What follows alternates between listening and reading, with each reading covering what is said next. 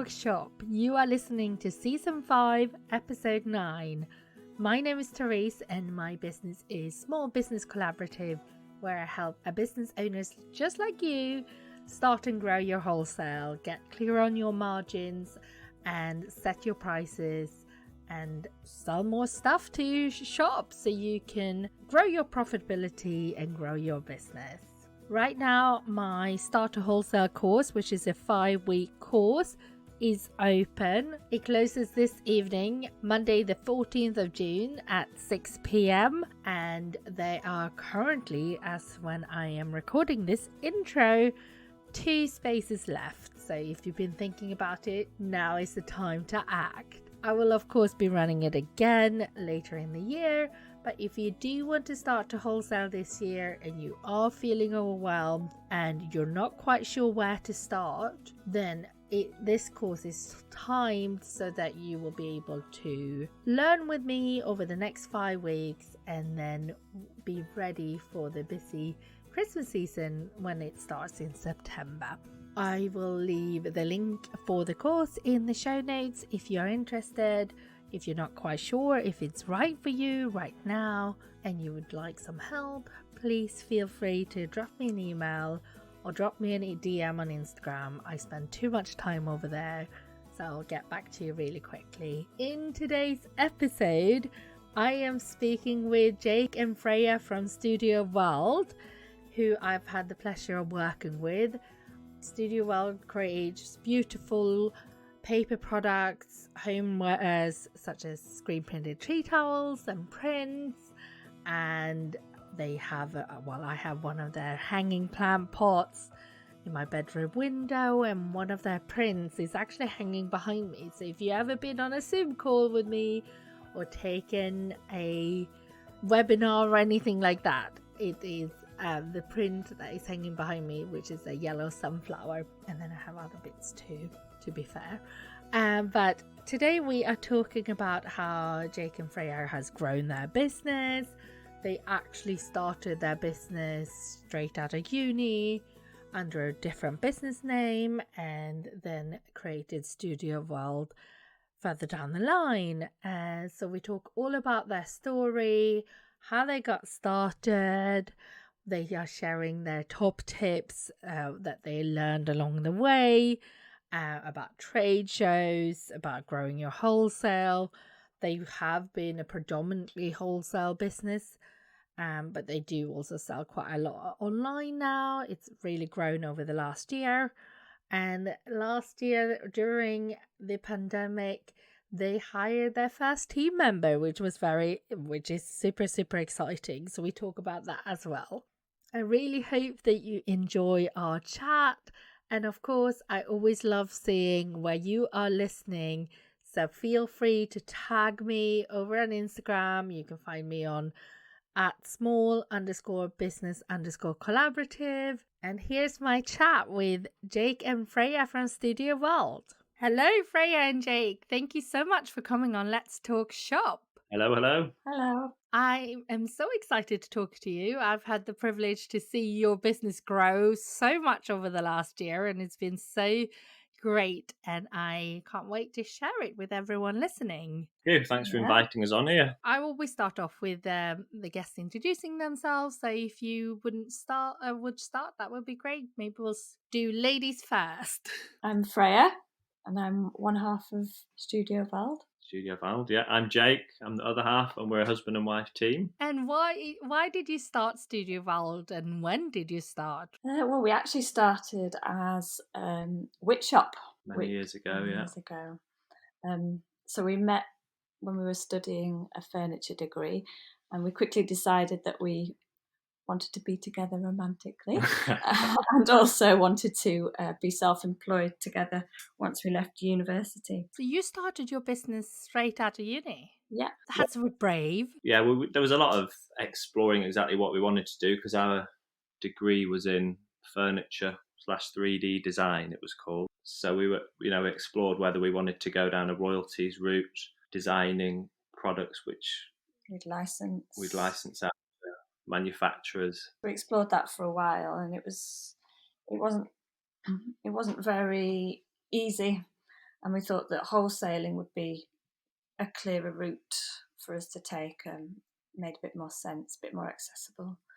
And also furniture we quickly left behind because we were quite keen to make things in the UK. Yeah. And that involved quite a lot of tooling, a lot of space, and a lot of materials that weren't readily available. Well, yeah, and trying to outsource manufacture within the UK of things like furniture, very expensive. So yeah, that's when we discovered paper and print, I guess, because we were exploring ideas we had in different fields. And what was available to us locally. Yeah, there's printers on every suburb, isn't there? And yeah. Yeah. And I guess furniture needs so much space. Exactly. Yes. Yeah, we were just working in Jake's mum's spare room at that point. So. That's true. Yeah. Started very small. And you had the idea that you were going to sell to shops already from the beginning then? Yeah, quite early on. Yeah. We've always loved going into shops and looking around and seeing products, and we always thought how it'd be amazing to see our own products in there. And yeah, designing and taking care of the production ourselves seemed like the simplest and clearest route to seeing that happen. Yeah, really. We wanted as much control, I think, as possible. And the royalties route, like I say, we explored it, but we just couldn't see a clear route to market with it, really. I guess also then you don't have the control of what actually gets produced and how later on. Yeah, definitely. Whereas we're completely in control of what we put out. Yeah, and you know how sustainable something is or how it's manufactured. So that's really nice. Yeah. And why did it, you started with one brand and then you turned it into Studio Wald. Why did you do a rebrand? Well, when we were Witch Shop, it was quite part-time. We both had other jobs, and then it started to grow and we decided we'd like a break. So we went travelling, left our jobs, and then when we came back from travelling, we moved to Brighton, and we didn't have jobs anymore. So we put all our efforts into starting the business again. But by that point, we'd got quite a few contacts in place, hadn't we? Yeah.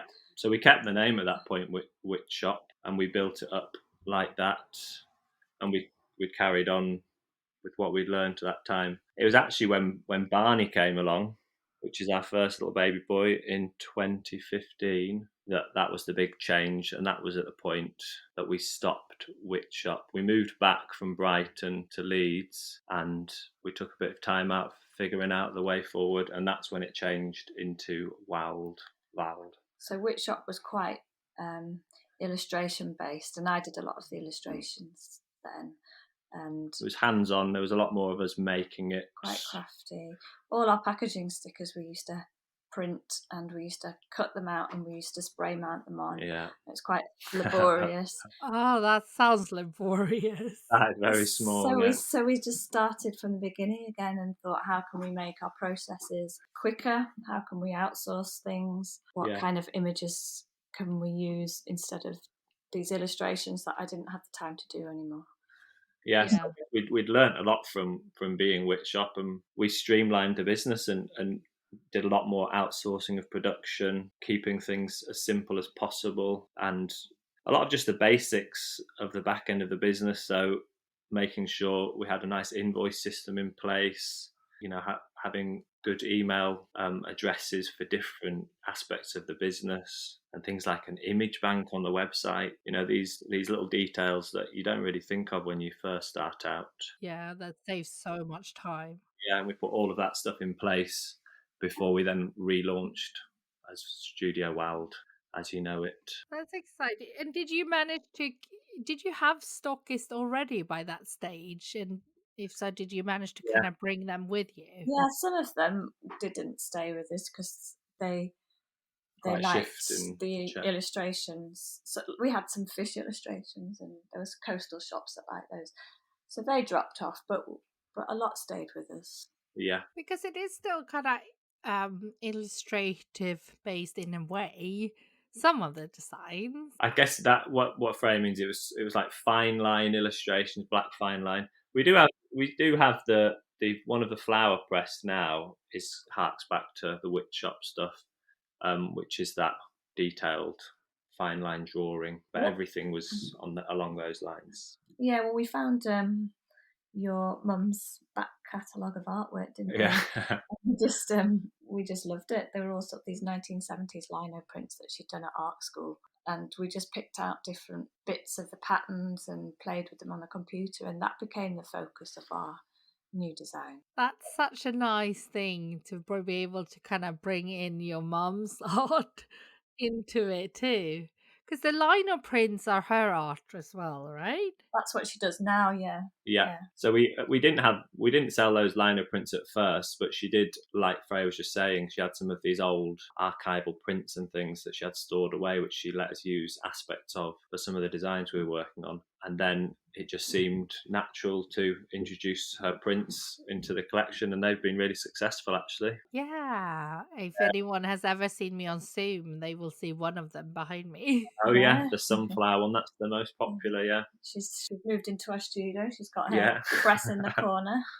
That's right, yes. I guess your first stockies came with before the rebrand, but how did you get your first stockies? How did that happen? So in the very beginning, we started just locally, just to test out the products, the initial Wit Shop products. And people were quite willing to take a chance on us when we're within their local area. And that was on sale or return as well. We weren't, making any demands of people. So we managed to get into like the Yorkshire Sculpture Park, and then there's the Hepworth Gallery. They're both local. Nice. And then a couple of cafe galleries just within Leeds suburbs. Did you email them or did you go there? Emailed. I actually went and had a meeting with the buyer at Yorkshire Sculpture Park back then with my little box of things. Yeah, I've been there for a meeting too. Yeah. It's a nice place. Yeah, it's fantastic. And then we went over and got our products set up in the shop. That was very satisfying. Yeah. And then, like Freya says, we took a break. And then when we set up down in Brighton, we had a bit more confidence about our products. And so we sort of used that same technique, but more nationally, emailing shops around the country and some of the big people. Yeah. And I would say our proudest achievement at that point would have been getting liberties I just called up the reception desk and asked if there's any way to email the stationery buyer. Yeah. And then the lady I spoke to told me just to email her. She forwarded it on to the buyer, and the buyer liked it and got in touch. And then I took some samples in. That's amazing. And also very brave. Like, it is very scary sometimes to go after those kind of dream stockists. I think because it paid off, it really gave us the confidence to push on. And that was before any trade shows. I think we built about 20 to 30 stockists like that. And then this is all under Wit Shop. We got invited to do Spotted at Top Drawer. Yeah. It's been in like 2014, I guess. And that was really successful. We got loads of orders, didn't we? So from that point, we knew that we were making products that people were interested in. Yeah, we got lots of good feedback. People liked our products were shop ready, and that we thought about how packaging. Yeah, your products are very easy to display because you really think about it. Like with the flower presses, the pocket flower presses that they come in, the CDU, and it's just super easy to pop them out. Yeah, like the pocket flower press with the point of sale. Yeah. That's something I guess going back to the very, very beginning, like when we were talking about just what we wanted our business to be and visiting shops, it was something we always liked. If you could tell a brand's products from their packaging, you could be in one part of the shop and then you could go to a completely different area and you could spot another product by that brand. Yeah. The way they've designed and produced the packaging. It's always been appealing, that side of things. I think that's so lovely, and then you start getting the brand recognition too, that it is a Studio Wald product, now a Studio Wald product. And I think it's really important for building a brand that is recognizable in some way. Yeah, I think so. Because I suppose especially, I guess, say someone stocks your cards, the recipe cards and stuff, they might be in a completely different space in the shop to a flower press. Yes. Yeah. But you can still see it's yours quite easily. That's what we try to do, definitely. Yeah. And we hope it works. So where are you now? Because during 2020 with COVID, you had 2 kids, then 3 kids. And It's been a busy year. Yeah, chaos, definitely. Yeah. Well, yeah, it was, and I think the pandemic, although horrible, we did okay. I know We we were going, survived yeah. it, and we were busy, and people had a huge support for independent businesses and local businesses, and that meant that we survived, didn't it? And our stockists survived, most of them. Yeah, we were amazed, really. I think people really did take on board that we need to support small businesses, and people were supporting their small shops in their local areas and buying all they could from them. Yeah. And in turn, those shops have been ordering our products. And they have continued to order even as things has opened up more, right? Yes, indeed, yeah. I think there's maybe been, I feel like it was a bit slow last month, but it's definitely picking up now for us with the UK orders. But then in May, is it ever that busy? No. Yeah, You know, I think we have to remember, I mean, it's really easy to compare. I know, for example, a lot of brands that did start last year yeah, when furlough kicked in March, and, you know, they had some more time on their hands, I suppose. And they had an amazing May last year. right, yeah, And, you know, because you don't have anything before that to compare to, you think, oh, this year has been rubbish. But actually, last year was an abnormality. yeah, yeah, you're quite right, actually. It's like we don't have it. I mean, it's a bit too early for Father's Day. People spend their money ahead of the end of the tax year. It's Yeah, a bit of a quiet period. We're booking holidays. yeah. Sun comes out. We get busy with other things. Yeah, yeah, Bit of a non-month, really. yeah. Good point for us though to work on new stuff. I guess is the way we see it. Yeah, stop and do a bit of designing. Yeah, I think May is a great way to like time to get ready for Christmas too. I know that sounds like, you know, talking about Christmas or early on sounds so silly, but May is a great time to take that time to make new products and Yeah, start thinking about it. yeah. We're always thinking of the festive season. So, what do you think has contributed the most to your growth? If you're thinking about, you know, other small business owners that are listening to this that wants to grow their business for wholesale, what has really helped you grow? Well, it's a very obvious one, but going visiting and exhibiting at trade shows Hmm. is always going to help your business.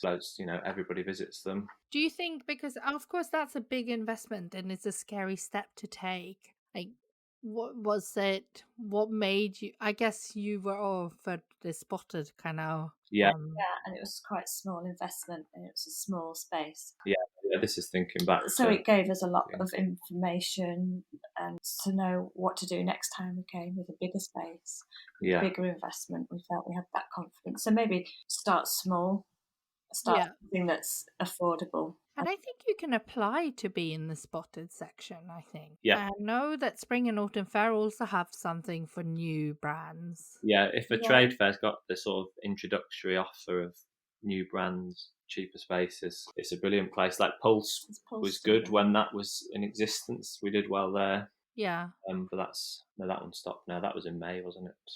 Yeah, but Actually, that used to help May sales, actually. it did. Yeah, that's right. Yeah, going back to that, definitely. Yeah. And what did you learn from that first trade show that you kind of then made tweaks for the next one? And what kind of information people wanted on the day. Yeah. Ordering, having numbers and getting the right information from the customers, how to display things, Yeah. and what people were looking for as well, actually, what products they like, Just speaking to people in real life makes such a difference. seeing how they respond to them. Yeah, And definitely. then after, what do you do after a show? Do you like? I guess you then come back with lots of orders. What do you do? Yeah, so there's usually, you have quite a few orders that you take there and then. So you email them, tell them when they're likely to get their orders. Yeah, confirm it. Say thank you, nice to meet you, and then you have usually quite a lot of, what do you call them, business cards? Yeah. Business cards to, Yeah, inquiries to deal with. yeah. Go through those and get in touch with everybody. Store their contact details. Future. We used to staple them on a piece of paper and write some notes because you forget. Yes, that's true. You forget what you taught or what they were interested in and that kind of thing. Yeah, that's a good tip for if you're going to be first exhibiting. Write notes Absolutely. because you will forget, even if you think you won't. Yeah. You think someone is going to be memorable and you're going to remember, but it's not going to happen. I mean, it's very rare, I think, that you remember. I always say write notes as soon as they leave, something that will jig your memory as to what I've definitely done stuff. you talked about. Yeah. And so trade shows has been one. What else has helped you grow and get new stockists? Making sure that your products are photographed well, you have a good presentable catalogue, send to them with all the correct price points, all the information they're going to need for knowing minimum orders, pack sizes, shipping costs, having that all in there. Good organisation, yeah, and having the stock as well. Yeah. Producing in good numbers. Yeah, having the stock is a learning curve, isn't it? It's quite tricky in the beginning. We still get caught short on it, don't get me wrong. Sometimes, things run out and the new batch is not there when it needs to be, but that's just the way it goes sometimes. Mm-hmm.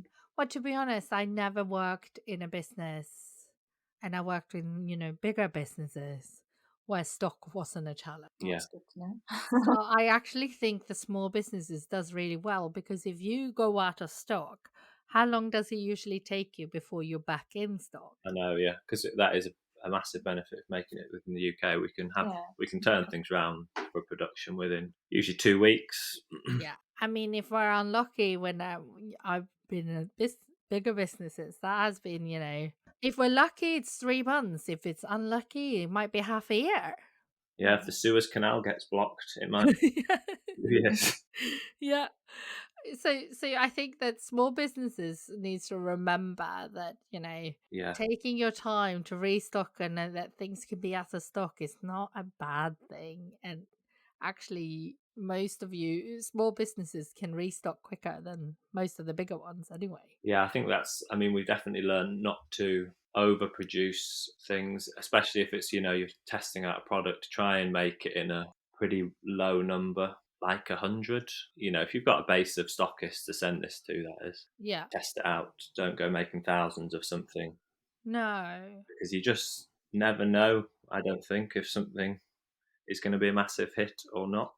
And sometimes it takes a little bit of time to build as well. Yeah, for sure. Definitely. And I think starting small and producing a smaller number in the first instant, even if it means a lower margin for that first 100 to gauge interest, is a much safer way.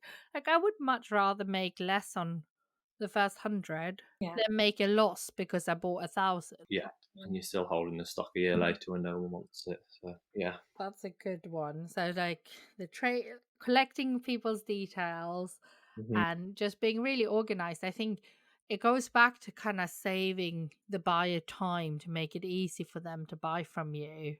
Yeah, by having it all the information they might need available to them. Definitely. What else have helped? I mean, it's not something that I would have ever foreseen, but these wholesale platforms that have popped up in the last, I guess, 18 months become a real feature, haven't they? They've been massive for us. We've had loads and loads of orders on them. We've tried a few out, and at the moment we're on Creo 8 and an American one that came over to the UK called Abound. And then we just recently joined Fair. Yeah, the combination of those three brings in a continuous flow of orders without us doing anything, without us contacting our shops and giving them updates and doing any sales, basically. Yeah, we've had lots of new stockists come through there. Yeah. For incentives, which have probably boosted our current stockists to order with us as well. Yeah. And do you find that your existing stockists, have they started ordering through the platforms too? I would say that some of them have, but I do think that a lot of small independent retailers have an interest in small independent businesses like ours that make these products, so they like to deal direct with us. So some of them have gone there and then come back to us. What would you say? I think that's about right. Yeah, there is a facelessness to those kind of platforms. There definitely is, and I think it's great to get access to these buyers and get that, but to encourage kind of loyalty, I suppose, and build a relationship with stockists, I think we have to try to take it, continue to order through the platforms, but somehow still engage with people. Yeah. Yeah, I much prefer dealing with shops directly, over email. It's nice, to feel like you get to know them Yeah. before sending over an order. That's not to say it's not, yeah, like you say, it's great that these wholesale platforms exist and have such a reach that they're, getting our products in front of shops that I would never even know existed or, consider contacting. So they're brilliant in that respect. What do you think has contributed to you doing well on the platforms? Because actually, you get quite a lot of orders on the platforms and new stockists, and it's not always the case for everyone. So, what do you think has helped you? Because you've kind of been doing well on all those three, right? Yes. I'm not sure. We have, one of our products is a flower press, and I think people have been connecting with nature and taking up hobbies, haven't they? And that sort of lockdown world slots quite nicely into all the lockdown behaviours. Maybe that's appealed to people. I do think that you might show up in quite a few categories. Right, that's a fair point. Yeah, that's not something I've considered. Yeah, with paper and gifts. And Yeah, we do. homewares. We do sort of cross a few sections. Which must help to a certain degree. And I think that the most important thing is that you have good images. Yeah. I mean, that is a very technical thing, isn't it? Yeah, that it does look good presented. All the products are shot on white backgrounds, and we don't do them. I think we learnt that we can't do the pictures ourselves, and we have to pay the money to get those done. And also, isn't it much less stress-free to not do them? Yeah. We used to. Jake Mum's worked in an art college. We used to use the photography room there, and wasn't a fun hire day. a camera, but we didn't know what we were doing. We tried because it was just free.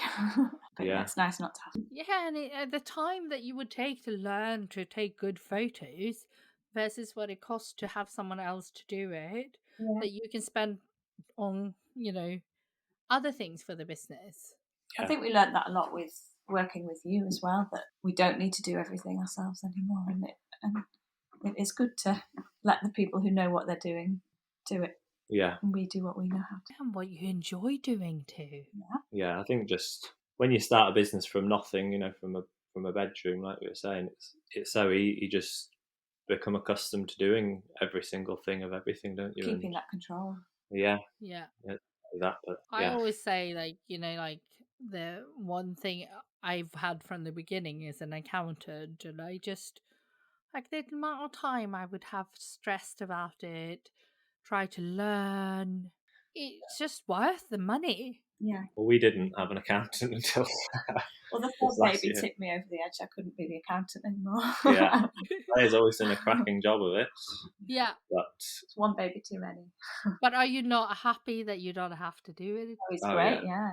I mean, we've turned this last year, since the start of this tax year, he's suggested we become a limited company, and the steps to do that, although they're relatively straightforward, I just don't think we would have had the time to look into it. And, for tax purposes, he was just explained it all to us. Yeah. We do this for these reasons. It's like, okay, great, please go ahead and do it.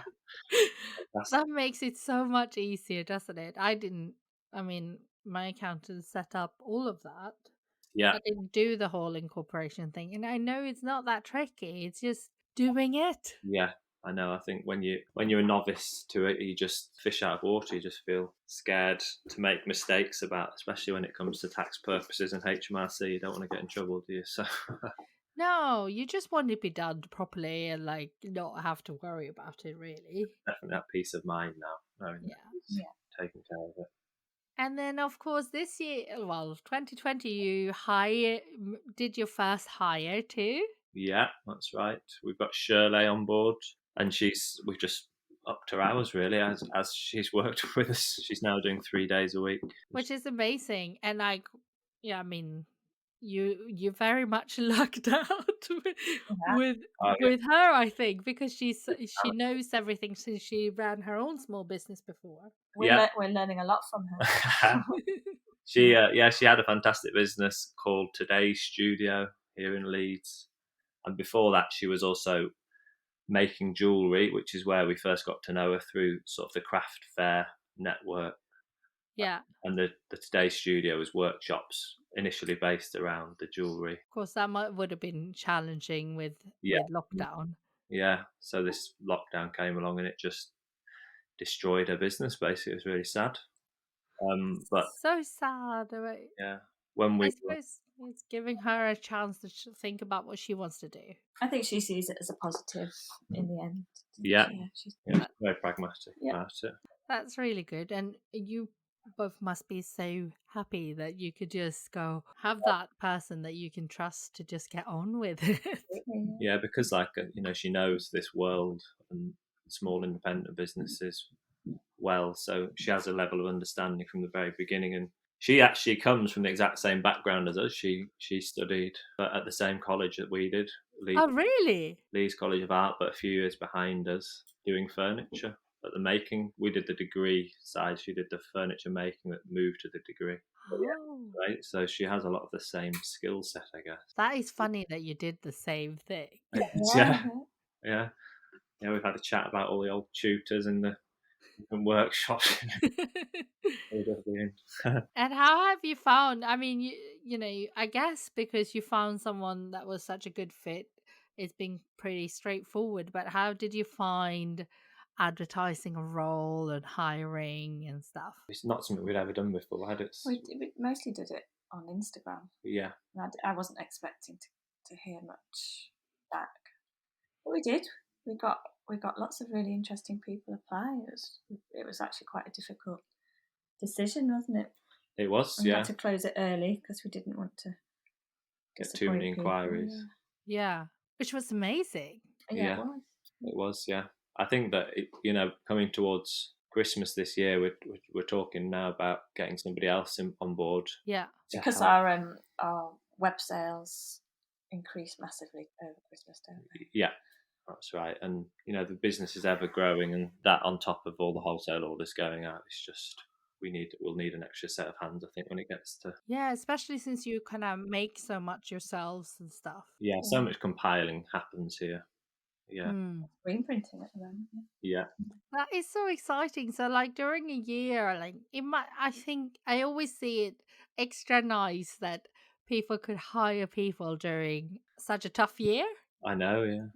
Yeah. We've been amazed really at just how well the business has grown in such a crazy time. I think you have very good like fundamentals there. You know, the products were ready, everything was there Yeah, for you to do well. yeah. It's just, 'Cause- I think it's just a case of it. But putting the pandemic aside, I think just the business has been growing. yeah, We set it up late 2017 was when it was launched as well, so it has steadily been growing. And this last year has definitely been sort of a bumper boost to it, hasn't it? yeah. But you are maintaining it now, even if it's coming out of lockdown, no? Yeah, definitely. With all the new wholesale stockists and stuff. Yeah, well, we've just opened up to the American market through Fair, haven't we? Mm-hmm. Yeah, thanks for your advice on that and pushing us to get it sorted. And yeah, we've had about 50. We've been on there a few weeks. Had about 50 orders. Which is just amazing. Like, those are people that you probably would not have reached if you were as quickly if you were trying to do their whole email introduction, trying to find shops in America as well. I would be completely lost. Yeah, I wonder if it gives us some kind of I don't know. They have more trust in us because we've got the name of Fair behind us, whereas if we'd approached them ourselves. I think it streamlines it for them too. I guess with the trust thing, like I guess in a way, like if I had a shop in America, ordering from a small brand in the UK would feel quite risky. Yeah. But through Fair, I wouldn't feel the same risk, I guess. That's true. And I guess the platforms will also allow you to focus on those kind of growing key accounts, growing the things that requires you to reach out to people and kind of nurturing that side of the business too. Yeah, it's been really good so far. I just hope it continues on. I think it will. I think it will. So, what kind of future plans do you have? What is happening this year? You have more new products coming? What's happening? Yeah. Yeah, they're trying to design some new things. We keep saying they'll be out soon, but they will be. Yeah, we've got a new range called Blumen coming along, which is a German word for flowers. Yeah. So it's going to be a bit more colourful. Flowery. Yeah, slightly different illustrative style to it. We're really excited about the products. So we've got various things coming out in that new aesthetic. That's great. And how do you do that now? Like, who works on like the illustrations and stuff? Well, it's Jake. It's mostly me. I'm officially on maternity leave. Yeah. Yeah, number 3, we've definitely got our hands full with little Lowy. He's only 7 months, so he needs a lot of mummy time. Yeah, of course. Jake does a lot of the drawings, and he does a presentation to me. And I say what I like and what I don't like. Oh, yeah, take it away, make it better. Yeah, so that's coming soon, and there's always production things that are being tweaked and built upon, like the flower press. We screen print everything at the moment. We're just looking at outsourcing some of the printing of those, just because. Yeah, because you sell a lot of them since they're one of your best sellers, right? Yeah, you spend at least a day a week screen printing. So if I can get that time back to putting in more to design, of course, and product development, then that would be fantastic. So yeah, and it takes up a lot of space, I'm guessing too. Yeah, well, we've actually got quite a handy setup where it's sort of I put it up and I can take it down. We have a multifunctional space, that's for sure. It's a very nice studio workshop, but there's we're bursting at the seams, I think, at the moment. Yeah, things have been growing. We have got a trade show booked in. Is it January? Yeah, that's January. A real one. a real life one. People. Yeah, that would be nice. Probably with face masks on, I guess. But and we've got other releases, of course, when it comes towards September. We're going to release the Bloomin' stuff mid-July-ish is the plan. Yeah. And then we'll have more releases because we have all our seasonal products like the pinboard calendar and the diary and some Christmas cards, which we want to release September time. And how do you keep your stockists updated with new products and stuff? Well, we've got a nice new wholesale newsletter, which we've started sending out in the last month. Yeah. Yeah, it's not something we've historically been great at. Yeah. We always have sent like an email to all suppliers with an updated catalogue, but it's definitely becoming more professional thanks to the help of Shirley here with using MailChimp and nice emails to people to keep them informed of what's happening. We sporadically use Instagram. Yeah. Yeah. Well, you're very good at sharing your stockist on there, I think. Yeah, well that's like where we love to see our products, so it's nice to share lovely pictures that they post of them. Yeah. I mean, they're our business, really. Without them, we don't have a job. Yes. Yeah, you want to share them and take care of them for sure. Parts of a city, aren't they? The independent shops. Yeah. It gives a character to a city. Do you have any, before I let you go, do you have any tips for someone starting out, new to business that we haven't covered that you think, oh, I really think that helped us? I think stick with it. So very, it's the most obvious thing you can say, isn't it? But there's been times when we thought we can't do this, we don't want to do this, especially when things go wrong. Things can come back from the printers in a horrible mess that you anticipate and think, oh, I can't deal with this. It's just too much.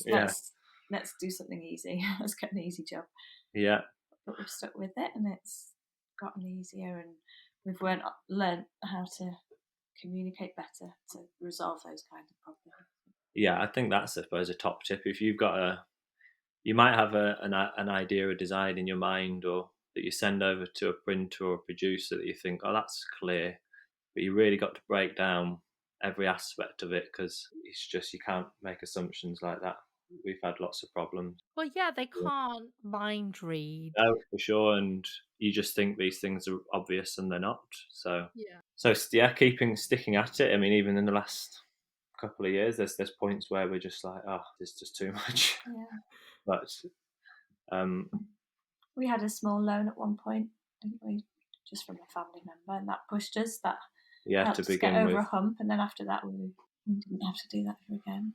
Yeah, cash flow is very important. You know, you don't want to run out, and it's at the beginning it's very hard. Yeah, so if you can get some small loan, don't ruin yourself financially, but some money to keep you going for a few months. Maybe for your first trade show or something, it's worth. Yeah, and apply for grants in your, local area and stuff too. There are definitely grants out there for things, especially if it's for something so specific for trade shows or like tooling or machinery or something. I think another one is, making sure you really have a good eye on your money, your margins, totally understanding, the retail prices, the wholesale prices, what that's going to do, and just making sure that you're selling it and making a good margin. Really very obvious, but if you're not, then it's never going to make you enough money to live on. Yeah, getting clear on your pricing. It doesn't matter where you are on your business kind of journey. It's always going to be important to keep at that. Brilliant. Well, thank you so much for coming on the podcast and for having a chat. It's always nice for everyone to hear what, other business owners are doing, how they grown. I think it's important for not getting that, when we see people on Instagram and hear about people, we feel like it happened overnight, but actually it's a work in progress. It's a work in progress now, definitely. Yeah. It's so important to see that or hear that from other business owners, I think. Yeah, well, thank you very much for having us on here. Yeah, good to talk. Thank you very much. I hope that you have a really lovely week and that sales are continuing to go well. Yeah, thank you. All righty. Speak to you soon. Thank you. At this point of the podcast, I always ask my guests where listeners can find them and support them. And for some reason, I completely forgot. So I'm very sorry about that, Jake and Freya. But you can find their products and their online shop on studiowald.co.uk. And over on Instagram, it's studio_Wald. That's WALD. And of course, I will put everything in the show notes as well. Thank you so much, Freya and Jake, for coming on the podcast and taking the time to chat with me.